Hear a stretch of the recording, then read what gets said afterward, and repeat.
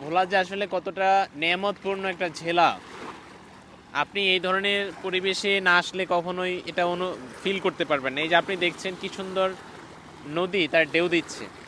আর রাসেল প্রকৃতিটা একটু দেখাও ওখানে।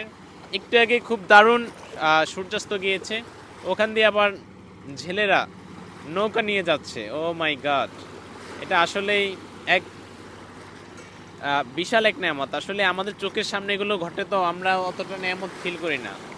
যদি আমাদের বাড়ি ঢাকার শহর হইতো তখন আমরা বুঝতে পারতাম যে এটা কত শান্তির। তিনবেলা খেতে পারা আর এই ধরনের জায়গায় এসে সৃষ্টিকর্তার কথা স্মরণ করা, উপভোগ করা, অনেক বড় কিছু পাওয়া এটা। সুবাহান আল্লাহ।